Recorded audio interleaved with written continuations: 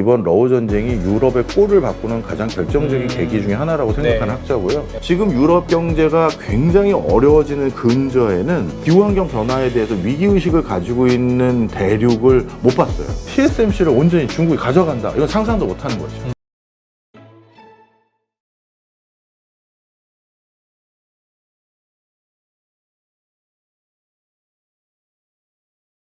안녕하십니까. 모니톡 가족 여러분, 신한투자증권 영업부의 황희연 PB팀장입니다. 오늘은 명지대 박종호 교수님 모시고요.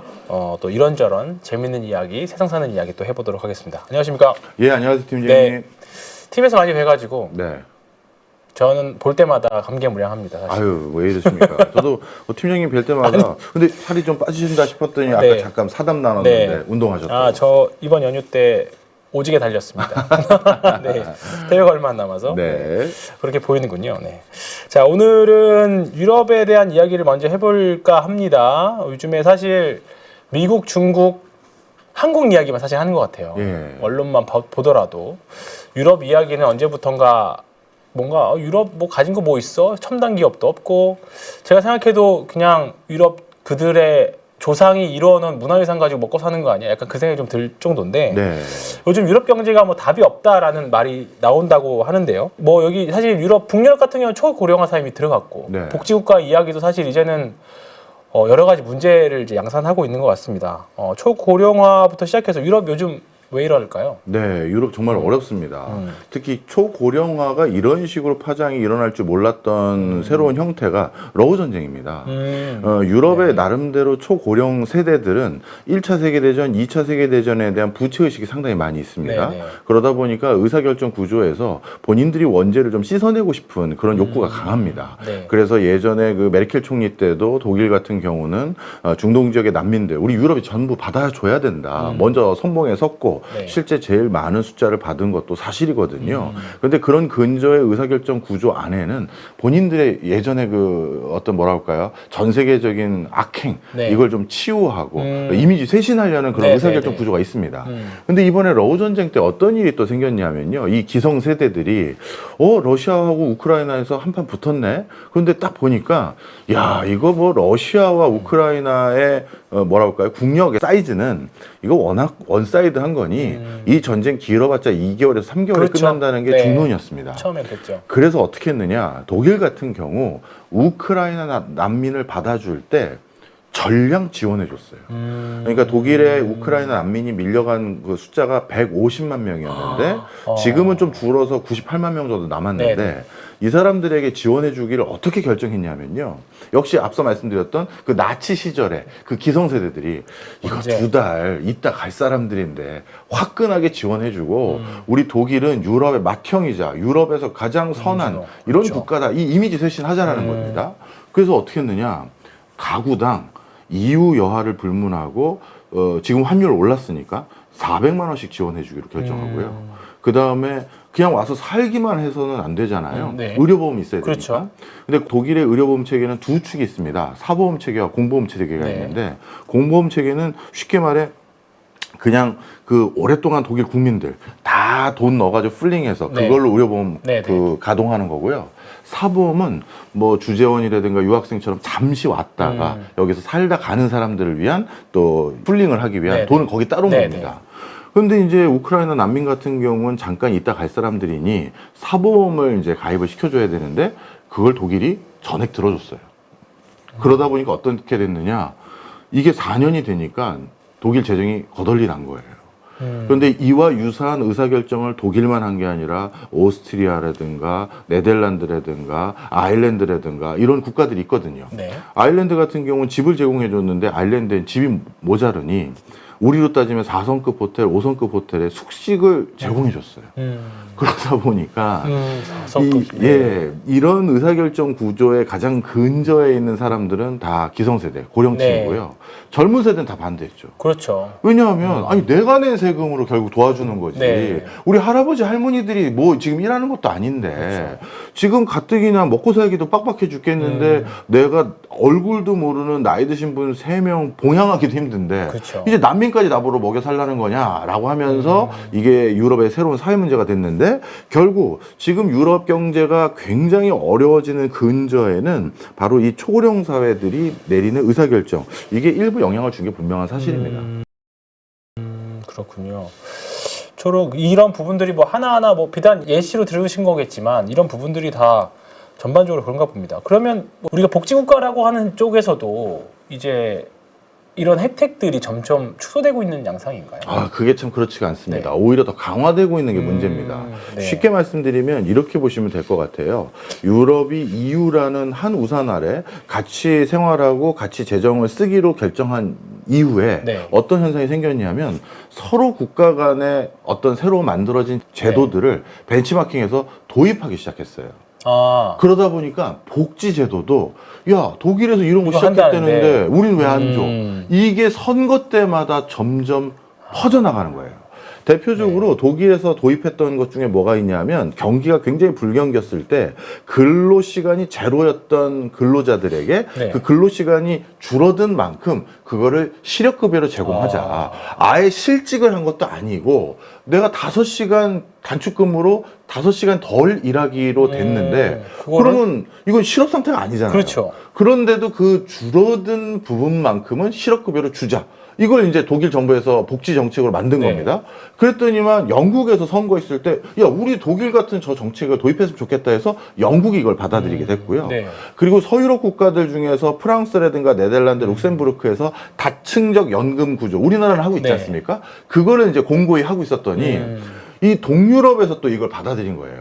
그래서 폴란드, 헝가리 네. 이런 곳, 체코까지도 우리도 다층적 연금 그 구조를 네. 줘서 우리 노후를 보장해달라 이런 것들을 하나씩 더 요구하면서 매칭 펀드로 정부 재정을 써달라고 하다 네. 보니 이게 복지가 점점 더 엄청나졌겠네. 그렇죠. 그러다 보니 네. 정리를 하자면 복지 지출은 늘어날 항목이 늘었는데 초고령 사회로 진입하면서 그 대상자는 더 늘었고 거기다가 결정적으로 본인들이 이 예산 지출을 하는 그 시개월 과정에선 우크라이나 난민은 없었거든요. 그렇죠. 그런데 폴란드에 100만 명 가 있고 독일에 98만 명 가 있고 아일랜드에 7만 명 가 있고 네덜란드에 10만 명 가 네. 있고 이 숫자는 거의 그냥 공짜로 줘야 되는 무상인이 이게 이제 지금 유럽 경제가 직격탄을 맞은 재정의 직격탄을 맞은 일이 돼버렸죠.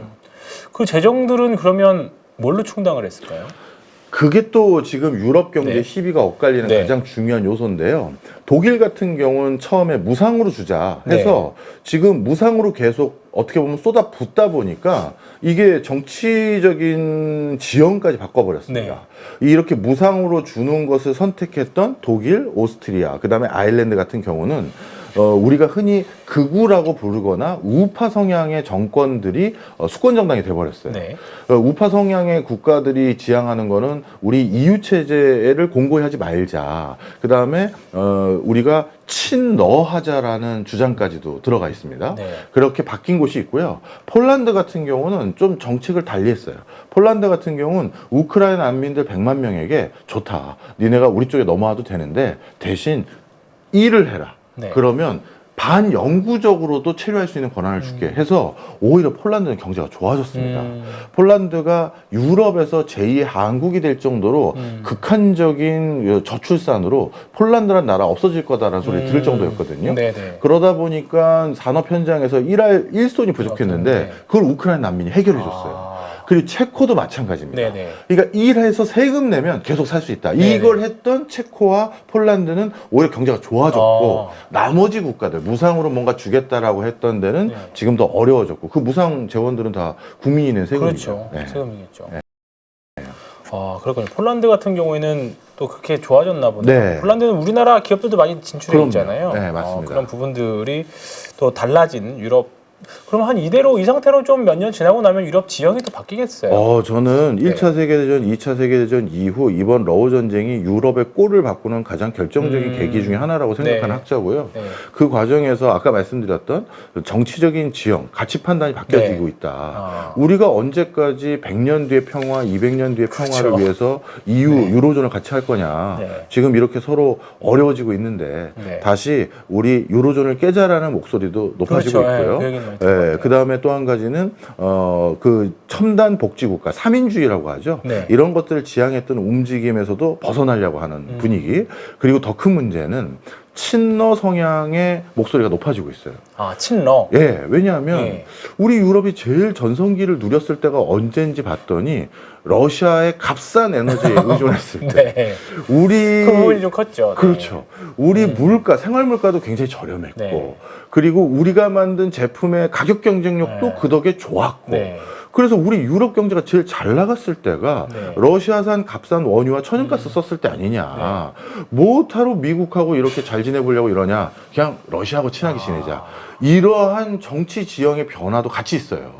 그러다 보니까 앞으로 이게 지금 더 고착화된 형태로 계속 가다 보면 네. 유럽이 과연 우리가 생각하는 유럽이 될지 저는 큰 변화가 일어날 수도 있다 생각을 합니다. 향후에 나토도 어떻게 될지 모르겠네요. 그렇죠. 예. 아까 잠깐 에너지 이야기 하셨는데 네, 유럽이라고 하면 사실 친환경의 이미지가 굉장히 강하잖아요. 맞습니다. 네, 저는 개인적으로 와인을 좋아해서 음. 친환경 와인을 그래서 연예인들만 만드나? 네. 그 생각이 들 정도로 네. 여담입니다. 네. 근데 이제 유럽 하면 전기차 엄청나게 도입하려고 하고 있고 굉장히 친환경 에너지, 재사용 에너지에 대한 부분들이 좀 있는데 지금 에너지 이런 규제가 지금 유럽의 경제를 발목을 잡고 있는 것 같습니다. 그 이제 러시아 전쟁으로 인해서 조금 그런 부분들이 있는 것 같은데 요즘 이쪽 상황은 어떤가요? 네, 사실 유럽에서는 이 환경과 관련해서 이거를 자국 내 기업을 육성하기 위한 모멘텀으로 잡으려고 했던 게 사실 가장 큰 이유였습니다. 물론 순수성을 제가 의심하는 건 아니에요. 네네. 유럽의 여러 국가들을 방문해 봤었을 때 실제 유럽인들만큼 기후환경 변화에 대해서 위기의식을 가지고 있는 대륙을 못 봤어요. 그 이유가 제가 그린란드 출장 갔을 때가 네. 기억나는데 아침에 일어났더니 바깥이 웅성웅성 되는 거예요. 네. 그래서 뭐가 이렇게 시끄럽나 봤더니 밤 사이에 큰 빙벽 하나가 떠내려온 거예요. 진짜 아파트 한 높이만 하더라고요. 빙벽이 어마어마하거든요. 네, 녹아서. 네, 녹아서 떠내려온 네. 거죠. 저기 동네 바로 앞바닥까지. 네. 그래서 저는 이제 멋모르고 신기하니까 그냥 카메라로 찍어야겠다 했는데 네. 동네 난리가 난 거예요. 그래서 이게 왜 난리 날 일인가 봤더니 그 빙벽이 한번 붕괴가 되면 갑자기 바다 안으로 이게 쑥 들어간대요. 들어가서, 네. 그러면 작은 쓰나미가 오는 거예요. 아, 그럼 그 마을이 그냥 다 쓸려 내려가. 쓸려 내려가는 거죠. 저는 그걸 몰랐던 거죠. 그냥 서서히 녹는가 보다 했던 네네네. 건데 그만큼 북극해를 접하고 있는 국가들을 중심으로 해서 이미 이상기후에 대한 징후를 자기의 삶에 직접적으로 느끼고 있어요. 네. 그리고 지중해권은 우리 뭐 들어보셨을 겁니다. 포르투갈이라든가 스페인 같은 경우는 한여름에 진짜 사상 최고 기온을 경신했다라든가. 네. 그래서 진짜 열사병에 사람이 죽어가거든요. 네. 바로 이런 순수성도 있지만 이치를 검토 안 한 건 아닙니다. 프랑스 같은 경우도 그렇고 스웨덴도 마찬가지고 친환경 규제를 강화해서 자국의 조선업을 다시 한번 육성해 보려고 하는 그 허들로 만들려고 했던 것도 분명히 있고요. 자동차도 화석연료를 기반으로 한 에너지 등급이나 이런 것들은 독일이나 이런 나라들이 네. 굉장히 경쟁력이 있었잖아요. 그렇죠. 그런 것들을 바탕으로 슬슬 모멘텀을 끌고 나가려고 했었다가 그러다가 지금은 완전히 발목이 잡혔습니다. 그 이유가 여러 가지가 있는데요. 첫 번째로는 일단 생각보다 이게 본인들에게 친환경 규제를 강화하는 게 유럽 경제, 특히 제조업의 이점이 아니다라는 걸 인식을 하게 됐고요. 다른 나라에게 오히려 시장을 내주는 꼴이 된다라는 걸 이해했고, 두 번째는 미국의 외압도 있어요. 미국 입장에선 지금 대표적인 친환경 산업인 전기차라든가 전기 관련한 네. 선박이라든가 이런 것들을 활용한다는 건 결국 에너지 패권을 석유에서 2차 그렇죠. 전지로 넘기는 거고 네. 그 2차 전지는 실질적으로 히토리를 중심으로 한 중국에게 에너지 그렇죠. 패권을 떠넘겨주기 위해서 보조금을 주고 있다는 꼴과 똑같은 거거든요. 네, 네, 네. 그러다 보니까 여러 가지 미국의 간접적인 압박 등등으로 인해서 지금은 환경 규제를 오히려 대래 낮추고 있고요. 원전에 대해서는 많은 분들이 오해를 하시는데 예전에 탈원전 기조가 유럽에 있을 때도 네. 그래도 유럽에 있는 국가들 중에서 절반은 계속 원전을 한다고 했었어요. 그러다가 요즘 원전을 하겠다는 숫자가 조금 더 는 건 사실이지만 과거에는 원전을 전부 안 하겠다 이렇게 얘기한 적은 없었습니다. 그렇군요. 아, 이게 당장 패권을 때문에 에너지 정책, 인류의 생존 문제하고 관련 있는 분들까지도 바뀌는 구간까지 온 것 같습니다. 네. 아, 향후 한 10여 년만 지나도 세상이 어떻게 우리가 기존의 과거에 있었던 질서와도 다르게 확실히 바뀔 수도 있을 것 같네요. 네. 그래서 이제 가장 중요한 게 이제 안보인데요. 지금 유럽이 GDP의 5% 정도까지 국방비를 올리기로 했죠. 덕분에 네. 이제 우리나라 방산 주식들도 좀 수혜를 받는데, 이 부분들 아까 복지하기도 지금 벅찬. 네. 그냥 지금 오손도손 잘 먹고 잘 살기도 벅찬데 여기다 이제 국방비까지도 증액을 해야 되는 구간이 왔습니다. 이건 미국이 유럽 몸값은 니들이 내라. 약간 그런 구간인 거잖아요. 네. 요건 파장이 어떻게 될까요? 더 클까요? 예, 이것도 파장이 지금 큽니다. 네. 특히 유럽에서는 오랫동안 이제 안보 의식은 좀 저하되는 상황일 수밖에 없었거든요. 미국이 네. 지켜주다 보니까요. 네. 그러다 보니까 유럽의 청년들 중에서 지금 부분적 징병제를 도입하기 시작했던 독일이라든가 이런 곳에서는 청년들이 징병 거부를 네. 하기 시작했어요. 네. 그러면서 아니 내가 내 나라를 왜 지켜야 되느냐 사실 이런 우리나라 소리까지 입장에서는 상상이 잘 안 되는. 상상이 안 가죠. 네.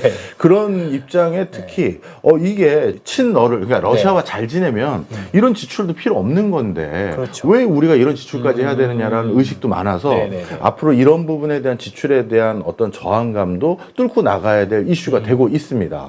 그래서 저는 GDP의 5%까지 달한다는 이 뭐랄까요 안보 지출이 정상적인 스케줄로 계속 진행될 거라고 생각하지 않아요. 분명 저항들이 있어서 수정 보완되거나 딜레이가 될 것이다. 네네네. 이렇게 판단이 되고요. 그 다음에 또 한 가지 이 과정에서 이게 우리 방산 기업들에게 기회가 된다라고 생각하는 것도 우리가 조금 조심스럽게 접근해야 된다.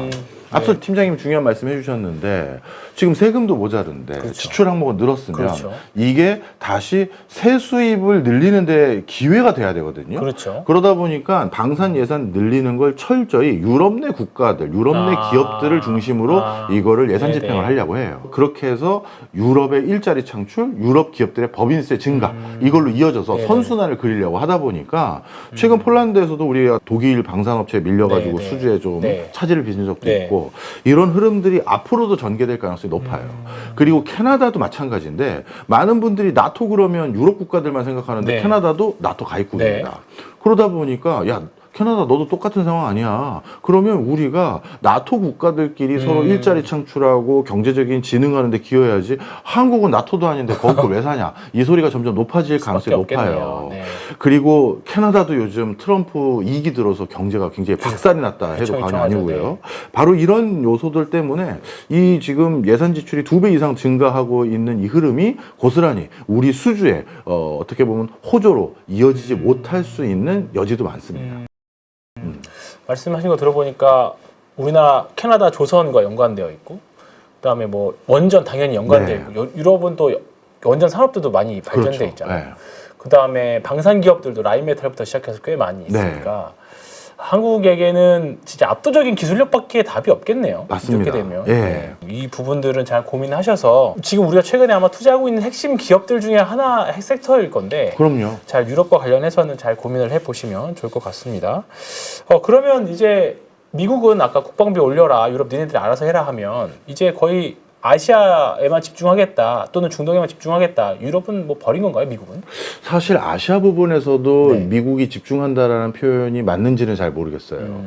지금 여러 가지 맥락이 이건 약간 음모론일 수도 있는 네, 건데 그게 더 재밌죠. 재미는 있죠. 네. 사실 우리 뭐 많이 들으셨겠습니다만 또 미국이 다시 고립주의를 선택해서 서방구만 챙기겠다라고 하는 전략을 고수한다라는 소리 네. 들어보셨을 겁니다.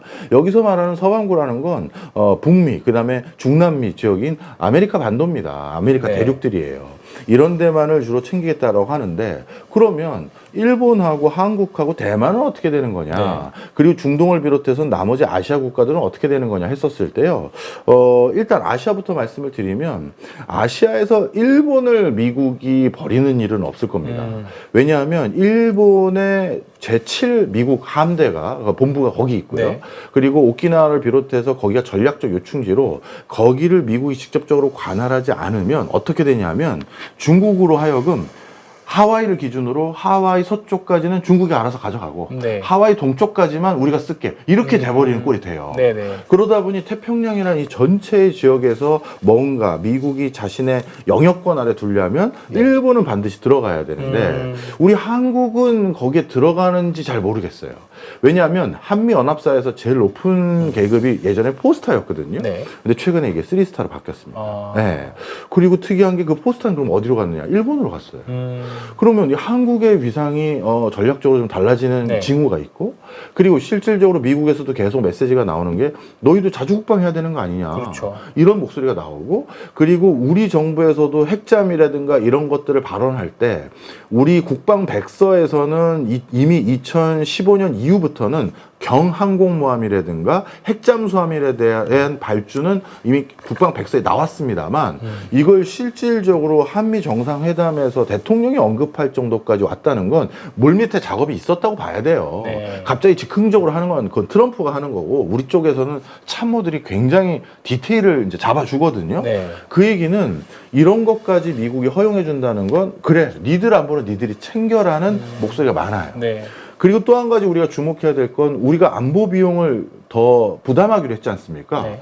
그런데 부담을 더 하기로 했는데 미국에서 요구한 것보다 우리가 디펜스 잘해서 얼마만 늘렸다. 정부에서는 이렇게 발표하는데 우리가 돈을 더 냈으면 서비스를 더 받아야 되잖아요. 그렇죠. 근데 최근 또 안타까운 게 중동에서 전쟁 났었을 때 우리나라에 있었던 그 전략 무기들이 중도로 갔어요. 네. 갔는데 다시 안 와요. 음. 그러면 돈은 더 냈는데 서비스 질은 떨어지는 그러네. 꼴이 됐거든요. 그렇죠. 이것도 사실 지적을 해야 돼요. 근데 중장기적으로는 그것마저도 다시 안 보낼 뿐만 아니라 니네가 그냥 알아서 해라라고 분위기가 바뀌어가는 것 같아요. 네. 자, 그럼 정리를 해보면 한국은 세모로 지금 퀘스천 마크가 있어요. 미국이 여기까지 신경 쓸지 안 쓸지. 네. 근데 대만입니다.